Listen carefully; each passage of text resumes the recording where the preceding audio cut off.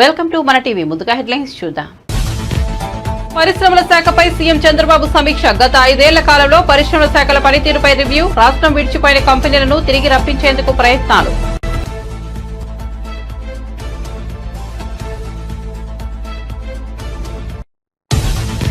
BRS పై అసెంబ్లీలో ముఖ్యమంత్రి రేవంత్ రెడ్డి తీవ్ర విమర్శలు. ప్రతిపక్ష నాయకుడు సభకే రారు, బీఆర్ఎస్ మాతో వస్తుందంటే నమ్మాలా అన్న సీఎం రేవంత్.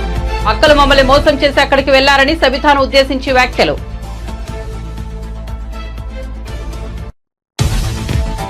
ఆరోగ్యశ్రీపై ప్రభుత్వ విధానమేంటో వెల్లడించాలని మాజీ మంత్రి విడుదల రజని డిమాండ్. అప్పుల శాఖతో ఆరోగ్యశ్రీ నుంచి ప్రభుత్వం వైదొలుగుతుందా అనే భయం ప్రజల్లో నెలకొందని వెల్లడి.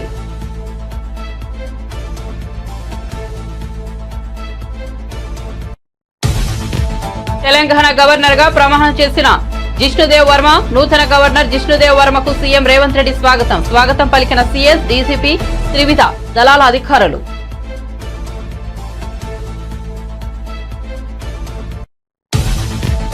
మంగళగిరిలో మంత్రి పార్థసారథి ప్రెస్ మీట్. విజన్ లేని వ్యక్తి వల్ల రాష్ట్రం అధోగతి పాలైందని విమర్శలు. జగన్ అసెంబ్లీకి రాకుండా తప్పించుకుంటున్నారని వ్యాఖ్యలు.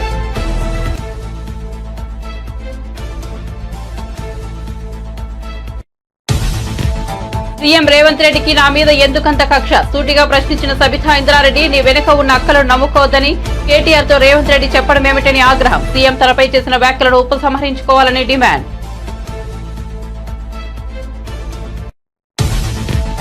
సీఎం కండకావరంతో మా ఎమ్మెల్యేలను అవమానించారు. సిగ్గు బుద్ధి జ్ఞానం తెచ్చుకోన్న కేటీఆర్. మహిళా శాసనసభ్యులపై అకారణంగా డోరు పారేసుకున్నారని ఆగ్రహం. అక్కలను నమ్ముకుంటే బతుకు బస్టాండ్ విమర్శ. నీ లెక్క పార్టీలు మరి మా వాళ్లు పదవులు తెచ్చుకోలేదన్న కేటీఆర్. ఇక వార్త వివరాల్లోకి వెళ్తే, పరిశ్రమల శాఖపై సీఎం చంద్రబాబు సమీక్షా సమావేశం నిర్వహించారు. గత 5 ఏళ్ల కాలంలో పరిశ్రమల శాఖ పనితీరుపై రివ్యూ చేశారు. తెలుగుదేశం ప్రభుత్వ హయాంలో ఒప్పందం చేసుకున్న పారిశ్రామికవేత్తలు వైసీపీ ప్రభుత్వంలో వెనక్కు వెళ్లారని అధికారులు సీఎంకు తెలిపారు. ప్రభుత్వం సహకరించకపోవడం, వివిధ కారణాలతో వేధింపులకు పాల్పడడంతో భూ కేటాయింపులు జరిగిన తర్వాత కూడా వెళ్లిపోయిన పలు కంపెనీలు ఇండస్ట్రీ కోసం కేటాయించిన భూముల దుర్వినియోగం అయ్యాయని అంగీకరించిన అధికారులు రాష్ట్రం విడిచిపోయిన కంపెనీలను తిరిగి రప్పించుకునేందుకు గట్టిగా ప్రయత్నాలు చేయాలని ముఖ్యమంత్రి చంద్రబాబు ఆదేశాలు జారీ చేశారు. బీఆర్ఎస్ పై అసెంబ్లీలో ముఖ్యమంత్రి రేవంత్ రెడ్డి తీవ్ర విమర్శలు చేశారు. ప్రతిపక్ష నాయకుడు సభకే రారు, బీఆర్ఎస్ వాళ్ళు మాతో కలిసి వస్తారంటే ఎలా నమ్మాలి? ఆ పార్టీలోని అక్కలు మమ్మల్ని మోసం చేసి అక్కడికి వెళ్లారు. బీఆర్ఎస్ సర్కార్ 2014 నుంచి 2018 వరకు ఒక్క మహిళకు కూడా మంత్రి పదవి ఇవ్వలేదు. ఇప్పుడు మైనార్టీలకు మంత్రి పదవి ఇవ్వలేదని మాపై ముసలి కన్నీరు కారుస్తున్నారు. ప్రభుత్వానికి సహకరించాలని అనుకుంటే ప్రతిపక్ష నేత సభకు రావాలని రేవంత్ రెడ్డి అన్నారు. ఎన్నికలకు 6 నెలల ముందు రాజకీయాలు చేద్దాం మీరన్నారు ముఖ్యమంత్రి గారు. We welcome it. మిగతా 4.5 ఏళ్లు నిర్మాణాత్మక ప్రతిపక్షంగా మా పని మేము చేస్తాం. ప్రజలు మీకు అధికారం ఇచ్చారు, చిన్న వయసులో మంచి చేయండి. ప్రజాస్వామ్యంలో ప్రజలకు సేవ చేసే అదృష్టం మీకు కలిగింది. తప్పకుండా we will support you sir. కానీ దయచేసి మేము మా పార్టీ తరఫున ముగించే ముందు చేసే విజ్ఞప్తల్లా ఒకటి, మా మీద కోపం ఉంటే మమ్మల్ని తిట్టండి, కానీ తెలంగాణ కోసం దయచేసి కలిసిమెలిసి కలబడి నిలబడి పోరాడిన పార్టీని అవమానించకండి. ఉద్యమంలో ఉదయించిన మా పార్టీని అవమానించకండి. కొట్లాట అనేది మా డిఎన్ఏలో ఉంది. తప్పకుండా కొట్లాడతాం ప్రజల పక్షాన. ప్రధాన ప్రతిపక్షంగా మీరిచ్చిన ఒక్క మాట కూడా ఎక్కడ మోసం జరిగినా తెలంగాణ ప్రజలకు మౌనం వహించం, సహించం, భరించం. ప్రాంతం వాడు మోసం చేస్తే ఈ ప్రాంతంలోనే పాత్ర పెడతామన్న కాలోజీ మాటలు వారికి గుర్తు చేస్తూ జై తెలంగాణ. గౌరవ ముఖ్యమంత్రి గారు ఒక్క నిమిషం. ఎంతసేపు మాట్లాడినా రామారావు గారు మేము కలిసి వస్తాం, ప్రభుత్వానికి సహకరిస్తాం అని పదే చెప్తున్నాడు. నేను వారికి ఒకటే సూచన చేస్తున్నా, మీరు కలిసి వస్తారా లేదా అనేది, అన్నం ఉడికిందా లేదా అనేది ఒక మెతుకుని బట్టి చూస్తే తెలుస్తుంది. ప్రతిపక్ష నాయకుడు సభలకే రాడు, వీళ్ళు కలిసి వస్తారని చెప్తే నమ్మేది ఎవరు అధ్యక్ష? నేను అందుకే వారికి సూచన చేస్తున్నా, వెనకాల ఉండే అక్కలు ఇక్కడ ఉండి చెప్పే ఇక్కడ ముంచి అక్కడికి తేలినరు. ఆ అక్కల మాటలు విన్నాడు అనుకో జూబ్లీ బస్టాండ్లో కూర్చోవాల్సి వస్తుంది అధ్యక్ష. అందుకే అధ్యక్ష,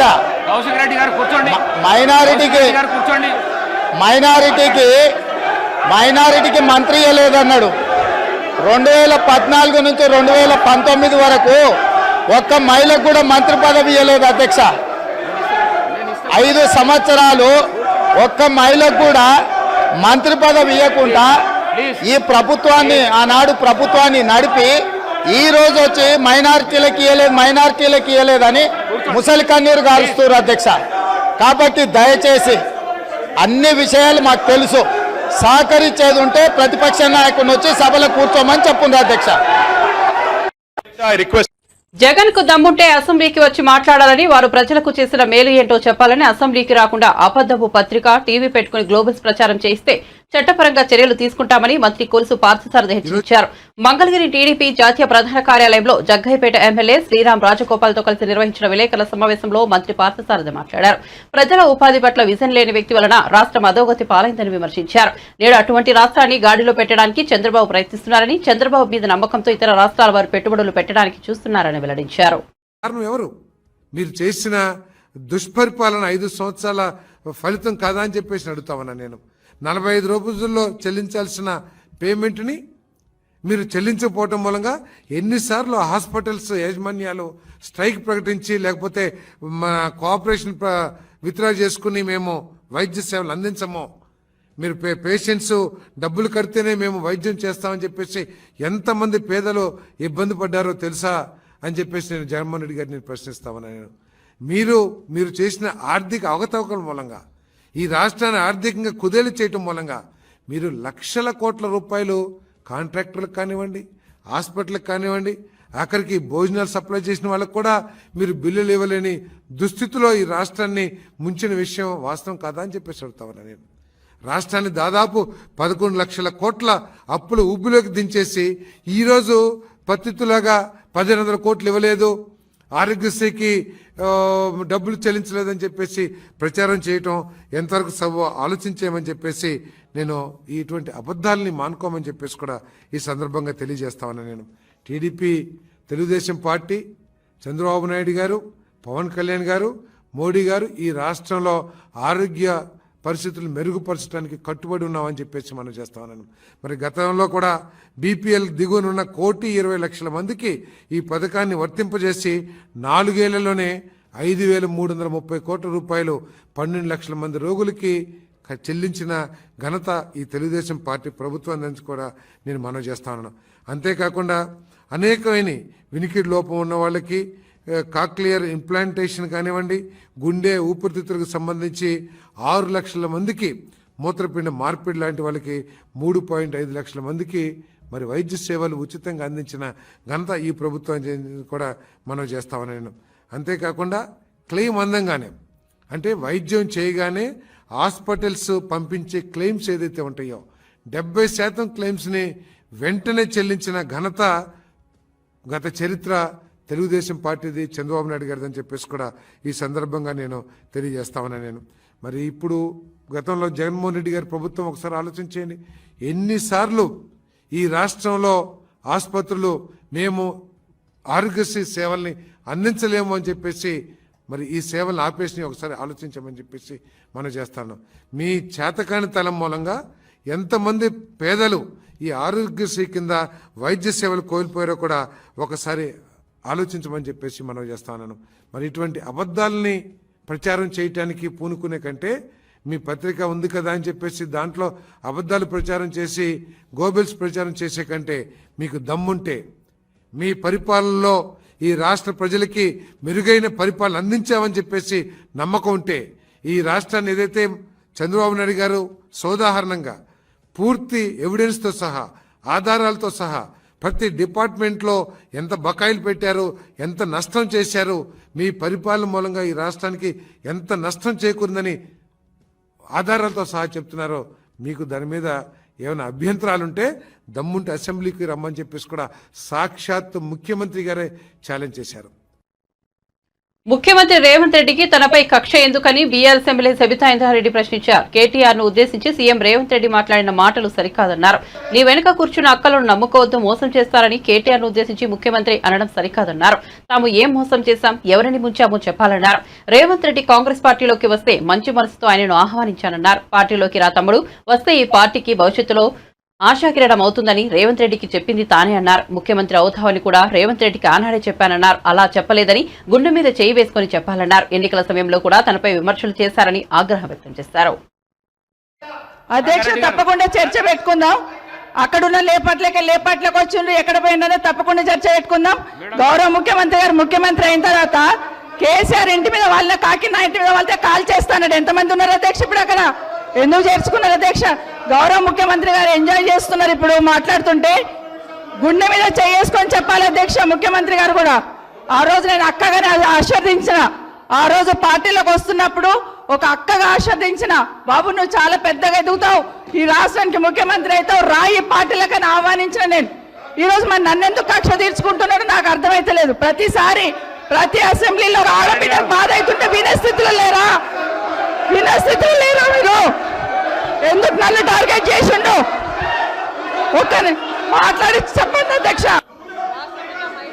అధ్యక్ష ముఖ్యమంత్రి గారు ఒక మాట అన్నారు కేటీఆర్ గారిని, నీ వెనక కూర్చున్న అక్కలను నమ్ముకోవద్దు, మోసం చేస్తున్నాడు. ఏం మోసం చేసినాం అధ్యక్ష? ఏం ముంచినాం అధ్యక్ష? ఈయనను ముంచినాం అధ్యక్ష. ఈయనను బతిన్లాడి పార్టీలోకి రా తమ్ముడు అని చెప్పి, నువ్వు వస్తే భవిష్యత్తులో ఈ పార్టీకి నువ్వు ఆశాకిరణం అవుతావు అని చెప్పి పార్టీలకు ఆహ్వానించిన లేదా గుండె మీద చేసుకొని చెప్పమనండి అధ్యక్ష. ఎందుకు టార్గెట్ చేస్తున్నావు? ఏం మోసం చేశాం? ఏం మోసం చేశాం? ఇప్పుడు కాదు అధ్యక్ష, ఎలక్షన్లు వచ్చినప్పుడు కూడా నా కాన్ఫిడెన్స్ అట్లే కానీ అధ్యక్ష. సభదాకా పొద్దున ఒక మాట మాట్లాడుతుంది. ఏం మాట్లాడినాం? పొద్దున ఒక మాట, రాత్రి ఒక మాట. ఎవరిని అవమానిస్తున్నావు ఒక్కసారి ఆలోచించండి ముఖ్యమంత్రి గారు. ఎందుకు అవమానిస్తున్నావు? ఎందుకు కక్ష? ప్రతిసారి టార్గెట్ చేస్తున్నావు. ఈరోజు ఏం మోసం చేసినాం? మేము ఆడబిడ్డలం విత్డ్రా చేసుకోవాలి అధ్యక్ష. అసెంబ్లీలో మహిళా ఎమ్మెల్యేలను అవమానించారంటూ ముఖ్యమంత్రి రేవంత్ రెడ్డిపై మాజీ మంత్రి ఎమ్మెల్యే కేటీఆర్ తీవ్ర ఆగ్రహం వ్యక్తం చేశారు. బీఆర్ఎస్ మహిళా శాసనసభ్యురాలపై అకారణంగా ముఖ్యమంత్రి నోరు పారేసుకున్నారని ఆగ్రహం వ్యక్తం చేశారు. అక్కలను నమ్ముకుంటే బతుకు బస్టాండ్ అవుతుందని ముఖ్యమంత్రి చాలా నికృష్టంగా మాట్లాడారన్నారు. ఈ అవమానం కేవలం సవితక్కకు, సునీతక్కకు మాత్రమే జరిగింది కాదని తెలంగాణ ఆడబిడ్డలందరికీ జరిగిన అవమానమన్నారు. మహిళలను నమ్ముకుంటే బతుకు బస్టాండ్ అవుతుందని ముఖ్యమంత్రి స్థాయి వ్యక్తి మాట్లాడడం శోచనీయమన్నారు. ఈ ముఖ్యమంత్రి అన్ఫిట్ ముఖ్యమంత్రి అన్నారు. నోరు జారితే ఎవరైనా వెనక్కు తీసుకుంటారు, కానీ కండకావరంతో ముఖ్యమంత్రి ఆడబిడ్డలను అవమానించారని ఆగ్రహం వ్యక్తం చేశారు. అసభ్యంగా చాలా హీనాతిహీనమైన ప్రవర్తనతో ఈరోజు ముఖ్యమంత్రి రేవంత్ రెడ్డి గారు మా ఆడబిడ్డలిద్దరిని, నా పాటికి నేను పెద్దగా విమర్శ చేయకుండా పద్ధతిగా వారిని సంబోధిస్తూ ప్రభుత్వానికి సూచనలిస్తూ మాట్లాడుతుంటే మా అక్కలు కూడా కనీసం డిస్టర్బెన్స్ కానీ కనీసం ఒక కామెంట్ కూడా చేయలేదు. కనీసం నన్ను ఏమి ప్రాంప్ట్ కూడా చేయలేదు. మీరు ఇది చెప్పండి అది చెప్పండి అని. అట్లాంటిది ఈరోజు అకారణంగా ఎందుకు నోరు పారేసుకున్నాడో తెలియదు, కానీ చాలా అసభ్యంగా హీనాతిహీనంగా ఏ నాయకుడు కాదు, ఏ మనిషి కూడా మాట్లాడనంత అసభ్యంగా మీ అక్కలను నమ్ముకుంటే ఇక్కడ నన్ను ముంచిండ్రు, మమ్మల్ని ముంచిండ్రు, రేపు నీ బతుకు కూడా జూబ్లీ బస్ స్టాండ్ అవుతుందని మాట్లాడిన నికృష్టమైన మాట ఏదైతే ఉందో తప్పకుండా రేవంత్ రెడ్డి వెంటనే తెలంగాణలోని ఆడబిడ్డలందరికీ క్షమాపణ చెప్పాలి. ఎందుకంటే ఈ అవమానం జరిగింది ఒక్క సబితక్కకు, సునీతక్కకు, లక్ష్మక్కకు కాదు. ఈ అవమానం జరిగింది తెలంగాణలోని ఆడబిడ్డలందరికీ. మహిళల్ని నమ్ముకుంటే నట్టేట మునుగుతారన్నట్టు, మహిళా తల్లుల్ని నమ్ముకుంటే బతుకు బస్టాండ్ అవుతుంది అన్నట్టు ముఖ్యమంత్రి మాట్లాడిన మాట ఏదైతే ఉందో నిజంగా కూడా హేయం, శోచనీయం. నిజంగా ఒక ముఖ్యమంత్రి స్థాయికి తగని మాట. ఇలా నిజంగా ఈ ముఖ్యమంత్రి అన్ఫిట్ ముఖ్యమంత్రి, ఆ పదవిలో కూర్చోవడానికి తగని ముఖ్యమంత్రి. మహిళల్ని అవమానించి కూడా అప్పుడప్పుడు నోరు జారినా సంస్కారం ఉన్న వాళ్ళు ఏం చేస్తారు? అవసరమైతే నేను వెనక్కి తీసుకుంటున్నాను విచారం వ్యక్తం చేస్తారు. ఇంత అహంకారం, ఇంత కండకావరంతో ఈరోజు ఆడబిడ్డల్ని వారిని అవమానించిన ముఖ్యమంత్రికి తప్పకుండా తెలంగాణ ఆడబిడ్డల ఉసురు తాకుతుంది. ఈ వైఖరి మార్చుకో, పద్ధతి మార్చుకో. వారు అక్క సునీతక్క గాని, సబితక్క గాని, లక్ష్మక్క గాని స్వంతంగా కష్టపడి ప్రజల్లో తిరిగి పరపతితో ఇవాళ 5 సార్లు 6 సార్లు గెలిచొచ్చిన వాళ్ళు. ఎవరు కూడా నీలాగా ఇష్టం వచ్చినట్టు రాజకీయ విన్యాసాలు చేసి వచ్చిన వాళ్ళు కాదు. తమ స్వశక్తితో, తమ కుటుంబంకుండే అభిమానంతో, కార్యకర్తల ఆశీర్వాదంతో, ప్రజల దీవెనలతో ఇక్కడ అడుగు పెట్టారు. అప్రతిహతంగా 5 సార్లు సబితక్క గెలిచొచ్చింది. సునీతక్క కూడా గతంలో మంత్రిగా పనిచేసినారు. లక్ష్మక్క కూడా జెడ్పీ చైర్మన్ గా, శాసనసభ్యురాలుగా పనిచేసింది. అలాంటి మహిళలుగా పట్టుకొని ఇవాళ నోటికొచ్చినట్టు వాగడం అనేది ముఖ్యమంత్రికి తగదు. ఇప్పటికైనా సిగ్గు తెచ్చుకొని, బుద్ధి తెచ్చుకొని ముఖ్యమంత్రి బేషరతుగా క్షమాపణ చెప్పాలి. ఎంత గుండె ధైర్యం నీకు? ఇవాళ మా ఆడబిడ్డల్ని పట్టుకొని ఏ మొహంతో వచ్చినావని చెప్పడానికి ఉప ముఖ్యమంత్రి నేను అడుగుతా ఉన్నా. ఏ రకంగా అంత ధైర్యంగా, ఏ రకంగా అంత ఇష్టం వచ్చినట్టు మాట్లాడే అధికారం నీకు ఎవరిచ్చింది? అధికారం ఎవరికి శాశ్వతం కాదు. 10 ఏళ్లు మేము అక్కడున్నాం. మేము ఎప్పుడన్నా అవమానించిన ఆడబిడ్డలు నీ తరిక ఎన్నడన్నా ఒక్క రోజన్నా ఎప్పుడన్నా నోరు జారినా వెంటనే విచారం వ్యక్తం చేసినాం. ఇవాళ నేను కూడా ఏదో సందర్భంలో ఏకవచనంతో సంబోధించినానని చెప్పి అవతల నుంచి అభ్యంతరం వస్తే వెంటనే విచారం వ్యక్తం చేసినాం. అది కేసీఆర్ మాకు నేర్పిన సంస్కారం. మరి నీకెవరు చదువు చెప్పిండ్రో ఎవరు సంస్కారం నేర్పిండ్రో నాకు తెలియదు, కానీ తెలంగాణ ఆడబిడ్డలు అన్ని గమనిస్తున్నారు. ఇప్పటికే నువ్వు చేసిన మోసాలతో విసిగిపోయి ఉన్నారు. ఇలా మా ఆడబిడ్డ ఆరోగ్యశ్రీపై ప్రభుత్వ విధానం ఏంటో వెల్లడించాలని మాజీ మంత్రి విడుదల రజని డిమాండ్ చేశారు. అప్పుల శాఖతో ఆరోగ్యశ్రీ నుంచి ప్రభుత్వం వైదొలుగుతుందా అనే భయం ప్రజల్లో నెలకొంది. కేంద్రం ఇచ్చే ఆయుష్మాన్ భారత్ కార్డులు తీసుకోవాలని కేంద్ర మంత్రి పెంబసాని చెబుతున్నారు. చంద్రబాబు మనసులోని మాటలని ఆయన చెబుతున్నారా? ఆయుష్మాన్ లిమిట్ 5 లక్షలే. ఆరోగ్యశ్రీ లిమిట్ ను జగన్ 25 లక్షలకు పెంచారని పేర్కొన్నారు. ఎంపీ గారు, యూనియన్ మినిస్టర్ గారు మొన్న వారు మాట్లాడుతూ ఉన్నారు. ఏమని మాట్లాడుతూ ఉన్నారు? ఆరోగ్యశ్రీకి డబ్బులు లేవని, పేషెంట్లకు వైద్యం అందించలేమని, నెట్వర్క్ హాస్పిటల్కి డబ్బులు ఇవ్వలేమని, అందరూ ఆయుష్మాన్ భారత్ కార్డులు తీసుకోవాలని చెప్పి వారు మాట్లాడుతూ ఉన్నారు. అసలు ఇక్కడ నాకు ఒక అనుమానం అనిపిస్తా ఉంది. కూటమి ప్రభుత్వంలోని ముఖ్యమంత్రి చంద్రబాబు నాయుడు గారు ఏమైనా వారి మనస్సులో ఉన్నటువంటి మాటల్ని మరి ఈ మంత్రుల ద్వారా ఏమన్నా ఎక్స్ప్రెస్ చేయిస్తున్నారా అనేటువంటి అనుమానం కూడా మాకు కలుగుతా ఉంది. ఏమని? హెల్త్ వాళ్ళకంత ప్రయారిటీ కాదని, మరి ఆరోగ్యశ్రీని ఏమైనా వైండప్ చేస్తున్నారనేటువంటి ఒక అనుమానం కూడా మనకు కలుగుతా ఉంది. ఆయుష్మాన్ భారత్ కార్డ్స్ వాళ్ళకున్నటువంటి టెక్నికాలిటీస్ కావచ్చు, వాళ్ళు మనకు ఇస్తున్నటువంటి దీని ప్రకారం మనం చూస్తున్నట్టే మాకు బాధలు ఉన్నాయి, కష్టంగా ఉందని చెప్పి వారు మాటలు చెప్తా ఉన్నారు. నేను చెప్తా ఉన్నాను,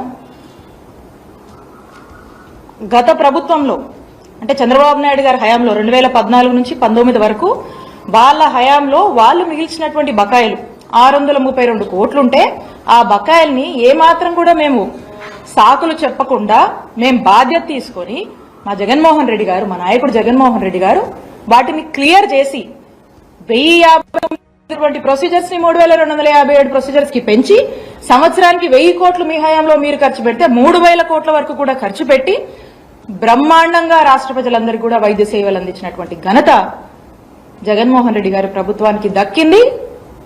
ఆ నమ్మకాన్ని కూడా ప్రజల్లో మేము నెలకొల్పుతున్నాం. మరి ఈ రోజున ఈ సాకులు చెప్తూ ఏవో అప్పులున్నాయని చెప్పి, ఏదో బకాయిలున్నాయని చెప్పి మీరు మీ బాధ్యత నుంచి ఏమైనా వైదొలుగుతున్నారా? మీరేం ఇండికేషన్ ఇస్తున్నారు అనేటువంటి సందేహము ఈరోజు రాష్ట్ర ప్రజలకు కలుగుతుంది. యలమంచిలి మండలంలో వరదముప్పు గ్రామం బాడవలో రాష్ట్ర జలవనరుల శాఖ మంత్రి నిమ్మల రామానాయుడు పర్యటించారు. గ్రామాన్ని వరద నీరు దిగ్బంధం చేయడంతో ట్రాక్టర్పై చేరుకుని 4-5 అడుగుల నీటిలోనే తిరిగారు. అక్కడ వరద బాధితులను పరామర్శించి కష్టాలను అడిగి తెలుసుకున్నారు. ప్రభుత్వం అండగా ఉంటుందని భరోసా ఇచ్చారు. ప్రభుత్వ సాయంగా 25 కేజీల బియ్యం, నిత్యావసర సరుకులు, కాయగూరలు అందజేశారు. ఇళ్లలోకి పూర్తిగా వరద నీరు చేరిన బాధిత కుటుంబాలకు 3,000 నగదు పంపిణీ చేశారు.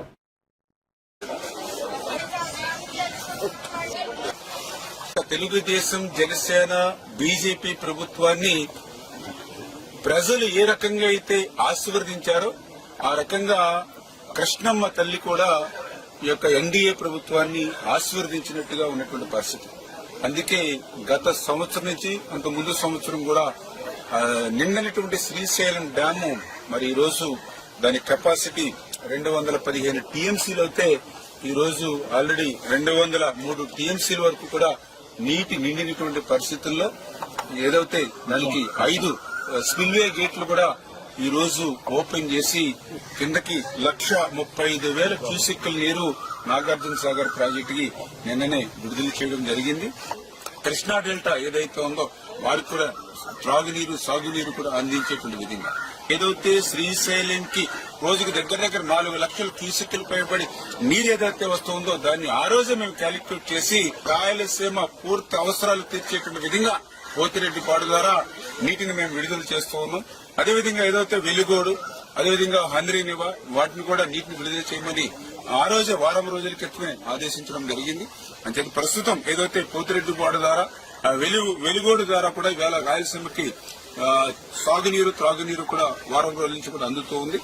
కాకపోతే ఏదైతే హంద్రీ నవా మాత్రం మరి ఏదైతే వారం రోజుల క్రితం విడుదల చేయమన్నప్పటికీ కూడా ఇంకా అక్కడ కొంత నిర్లక్ష్యంగా అధికారులు కొంత వ్యవహరించినటువంటి పరిస్థితి కూడా మా దృష్టికి వస్తుంది. ఏదైతే గత ప్రభుత్వ వాసనలు ఇంకా పోనటువంటి అధికారులు ఇంకా మోస పద్ధతిలో ఉన్నారు, వాళ్ళందరూ కూడా ఒక్కొక్కరిని మార్చుకుంటూ ముందుకెళ్తామనే విషయాన్ని కూడా ఈ సందర్భంగా తెలియజేసుకుంటూ గత వైఎస్ఆర్సీపీ ప్రభుత్వంలో ఒక పక్క వరదలు ముంచెత్తినా కూడా కనీసం ఆ రోజున్నటువంటి మంత్రులు గాని, ఆ రోజున్నటువంటి ముఖ్యమంత్రి గాని, ఆ రోజున్నటువంటి వైఎస్ఆర్సీపీ ప్రజాప్రతినిధులు గాని కనీసం అధికారులతో సైతం ఈ వరద ముంపు ప్రాంతాల్లో పలకరించినటువంటి వాళ్ళు ఆ రోజు లేరు. ఆ రోజు పసిపిల్లలకు సైతం పాల ప్యాకెట్లు కూడా లేక ఈ యొక్క వరద నీరుని కాసి వడపెట్టి ఆ వేడి నీళ్ళనే చంటి పిల్లలకి పట్టించినటువంటి పరిస్థితి దుస్థితి గత వైఎస్ఆర్సీపీ పాలనలో మేము చూసాం. కానీ ఈ రోజు తెలుగుదేశం జనసేన బీజేపీ ఎన్డీఏ ప్రభుత్వం వచ్చిన తర్వాత వేళ వరద మా గడపకి తాకక ముందే ఈ యొక్క ఎన్డీఏ ప్రభుత్వం సహాయం మా గడపలోకి వస్తూ ఉన్నాయి. ఆ 25 కేజీల బియ్యం, కందిపప్పు, ఆయిల్ ప్యాకెట్, ఉల్లిపాయలు, ఆలుగడ్డ ఇవన్నీ కూడా మా ఇంటికి చేరుతూ ఉన్నాయి మేము అడగక ముందే అని ఎంతో సంతోషాన్ని. శంషాబాద్ విమానాశ్రయంలో తెలంగాణ నూతన గవర్నర్ జిష్ణుదేవ్ వర్మకు ముఖ్యమంత్రి రేవంత్ రెడ్డి స్వాగతం పలికారు. బుధవారం త్రిపుర నుంచి శంషాబాద్ విమానాశ్రయం చేరుకున్న నూతన గవర్నర్ కు సీఎం రేవంత్ రెడ్డి, ప్రభుత్వ ప్రధాన కార్యదర్శి శాంతికుమారి, డీజీపీ జితేందర్, త్రివిధ దళాల అధికారులు, రాష్ట్ర ప్రభుత్వ సలహాదారు హర్కార వేణుగోపాలరావు, ఇతర ఉన్నతాధికారులు స్వాగతం పలికారు. అనంతరం శంషాబాద్ విమానాశ్రయంలో సాయుధ దళాల గౌరవ వందనాన్ని నూతన గవర్నర్ జిష్ణుదేవ్ వర్మ స్వీకరించారు.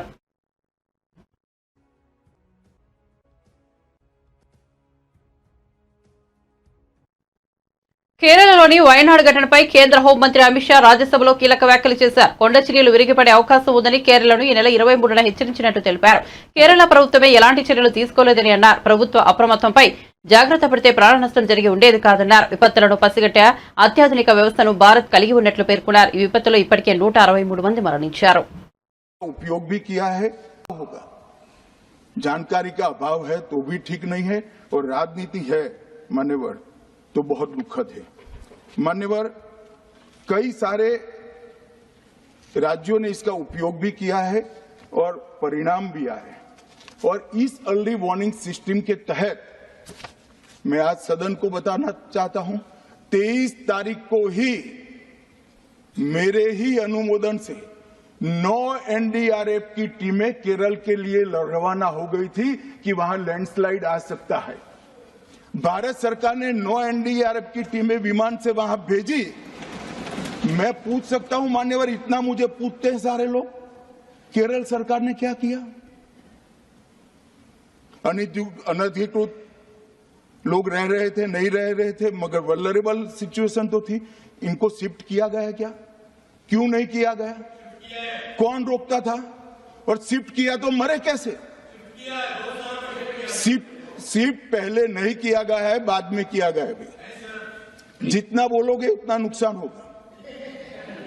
मैं बोलना नहीं चाहता, परंतु जब आप आरोपात्मक तरीके से बात करते, मैं शांति से यहां बैठकर सुनने ही आया। मान्यवर, मैं आज आपके माध्यम से कहना चाहता हूं कि early warning system Narendra Modi ji 2014 में प्रधानमंत्री बने, 2016 से ये प्रोजेक्ट चालू हुआ और 23 तक दुनिया की सबसे आधुनिक अर्ली वार्निंग सिस्टम कहीं पर है तो भारत में। और इसका 7 दिन पहले इसका अनुमान देने वाले 4 ही देश है, उसमें से एक भारत है। తాను బీఆర్ఎస్ లో తిరిగి చేరుతున్నట్లు జరుగుతున్న ప్రచారాన్ని భద్రాచలం ఎమ్మెల్యే తెల్లం వెంకట్రావు ఖండించారు. నేను పార్టీ మారడం లేదు, నియోజకవర్గ అభివృద్ధి కోసమే కాంగ్రెస్ లోకి వచ్చా. మళ్లీ బీఆర్ఎస్ లో చేరడం అంటే ఆత్మహత్య చేసుకోవడమే. నాపై కొందరు తప్పుడు ప్రచారం చేస్తున్నారు, కాంగ్రెస్ లోనే ఉంటా, సందేహం లేదని ఆయన వివరణ ఇచ్చారు. కాగా బీఆర్ఎస్ నుంచి ఎమ్మెల్యేగా గెలిచిన వెంకట్రావు ఆ తర్వాత కాంగ్రెస్ లో చేరారు. నిన్న నా మీద సోషల్ మీడియాలో వచ్చినది నేను మళ్ళీ బీఆర్ఎస్ పార్టీలోకి వెళ్తున్నానన్నమాట అబద్ధం.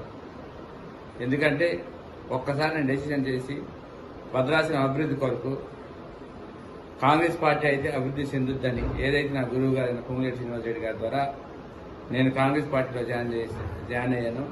గౌరవ ముఖ్యమంత్రి రేవంత్ రెడ్డి గారి ఆశీస్సులతో మరియు తుమ్మల నాగేశ్వర గారి ఆశీస్సులతో, నా గురువు అయిన పొంగులేటి శ్రీనివాసరెడ్డి గారి ఆశీస్సులతో, డిప్యూటీ సీఎం బట్టి విక్రమార్క ఆశీస్సులతో భద్రాచలం అభివృద్ధి చెందుతుందని ఆశతో వెళ్ళాను. అదే ఆశతో ఉన్నాను తప్ప వేరేదైతే ఎటువంటి అపోహ చెందొద్దు. ఇది బీఆర్ఎస్ ప్రాపగండా అని నేను ఖచ్చితంగా చెప్తున్నాను. ఇంకా ఒక్కసారి జీవితంలో నేను తీసుకున్న స్టెప్ని మళ్ళీ తీసుకొని మరి నా రాజకీయ భవిష్యత్తు ఉందా లేదని తెలియదు కానీ ప్రజల అభివృద్ధి,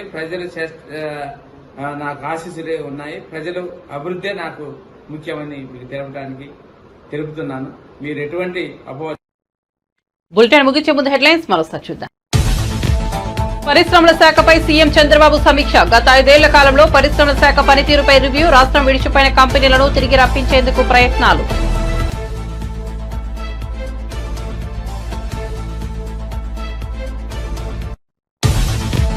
బీఆర్ఎస్ పై అసెంబ్లీలో ముఖ్యమంత్రి రేవంత్ రెడ్డి తీవ్ర విమర్శలు. ప్రతిపక్ష నాయకుడు సభకే రారు, బీఆర్ఎస్ మాతో కలిసి వస్తుందంటే నమ్మాలా అన్న సీఎం రేవంత్. అక్కలు మమ్మల్ని మోసం చేసి అక్కడికి వెళ్లారని సబితాను ఉద్దేశించి వ్యాఖ్యలు.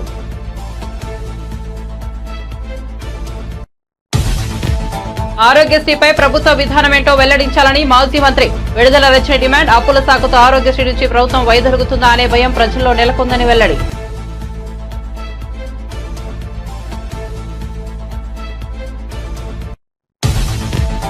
తెలంగాణ గవర్నర్ గా ప్రమాణం చేసిన జిష్ణుదేవ్ వర్మ. నూతన గవర్నర్ జిష్ణుదేవ్ వర్మకు సీఎం రేవంత్ రెడ్డి స్వాగతం పలికిన సీఎస్, డీజీపీ, త్రివిధ దళాల అధికారులు.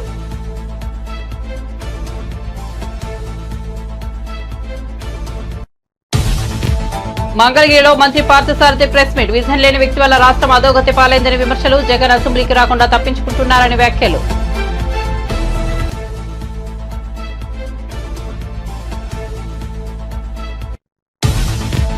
సీఎం రేవంత్ రెడ్డికి నా మీద ఎందుకంత కక్ష? సూటిగా ప్రశ్నించిన సబితా ఇంద్రారెడ్డి. నీ వెనుక ఉన్న అక్కలు నమ్ముకోవద్దని కేటీఆర్ తో రేవంత్ రెడ్డి చెప్పడం ఏమిటని ఆగ్రహం. సీఎం తనపై చేసిన వ్యాఖ్యలను ఉపసంహరించుకోవాలని డిమాండ్.